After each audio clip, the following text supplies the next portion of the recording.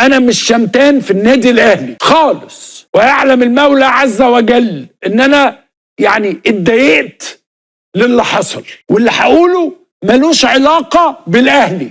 يعني علشان الناس بس يقول لك ايه انت هتقعد بقى تقول لا مش ملوش علاقه بالاهلي، له علاقه باللاعب المصري. ما احنا سبنوسه قاعدين ندلع في اللاعب المصري ده دلع غير طبيعي. اللاعب المصري لما بيطلع يلعب قدام كرة أجنبية عايز كل ما حد يلمسه عايز فاول، عايز كل ما حد يلمسه عايز بينالتي، عايز كل ما حد يلمسه يعيط، كل ما حد يلمسه يقع، كل ما حد يلمسه يصاب.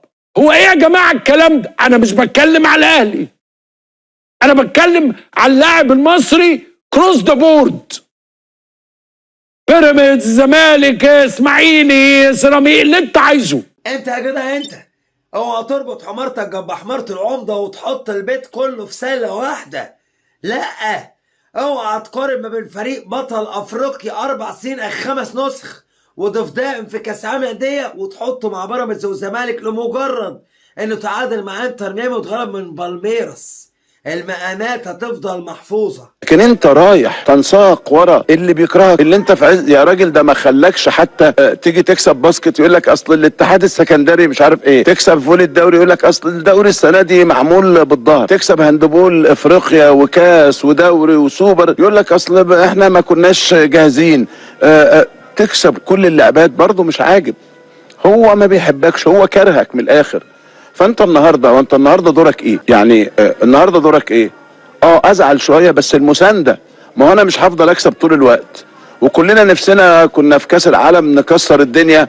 وانا عايز اقول لك وانا ماشي في الشارع والناس بنمشي بقى بتيشيرتات الاهلي وكده، فالناس بتوقفنا وتقعد تتكلم معانا مع انك في دوله ليست كرويه، لكن هناك كثير من الجنسيات والاعراق موجوده هنا في الولايات المتحده الامريكيه او في نيويورك او في ميامي. ناس كانت عامله مظاهرات في ميامي للنادي الاهلي، وحتى بعد التعادل الناس كانت زعلانه جدا، يقول لك كنتوا تستاهلوا ان انتوا تكسبوا. طب انتر ميامي اللي بعد المباراه الافتتاحيه قال لك ده فريق عواجيز، انت بتتكلم ايه ده؟ قال لك لا يا شوبير، خلي اللي يقول يقول واللي يتكلم يتكلم، هيفضل الصبي صبي والمعلم معلم. من انت انك تشاور لميسي انه قصير؟ ده انت لو قاصد قصير وهم الطوال عملوا ايه؟ اتفضل. ده وهو بيلعب يعني ومخلص، يعني هو شطب كوره، يعني بيهزر، يعني نازل جود تايم، بيعمل جود تايم بدل ما يقعد في البيت الايد البطاله نكسه والكلام ده. عيب عيب. الرياضه يعني انا عارف احمد بيقول لك الفلوس والبتاع، الرياضه سمو، علو، ارتفاع. الرياضه اخلاق، الرياضه ادب، الرياضه شيء فيه فروسيه. يعني هو او رونالدو، الاسامي ديت مش حاجه بسيطه، ودول لعبوا وجابوا ارقام. هتقعد تلعب انت 100 سنه انت والنادي بتاعك مش هتعملوا ربع ارقامه. طبعا هو بيلاقي حلاس ابراهيم ونادي الاهلي ارقامه عالميه، وزي ما ميسي ايقونه في كره القدم، الاهلي ايقونه في كره القدم. ميسي أزعة واللي زيكم بصرم، وطول ما الاهلي في نجاح عمر الزملكاوي ما يرتاح. انت ايه، مواليد بيونس ايرس ولا ايه؟ بعد المباراه الافتتاحيه قال لك ده فريق عواجيز، انت بتتكلم ايه؟ ده ميسي 38 سنه، ده مش عارف بوسكيتس مش عارف كام سنه، ده مش عارف. طيب خلاص حاضر صدقناك.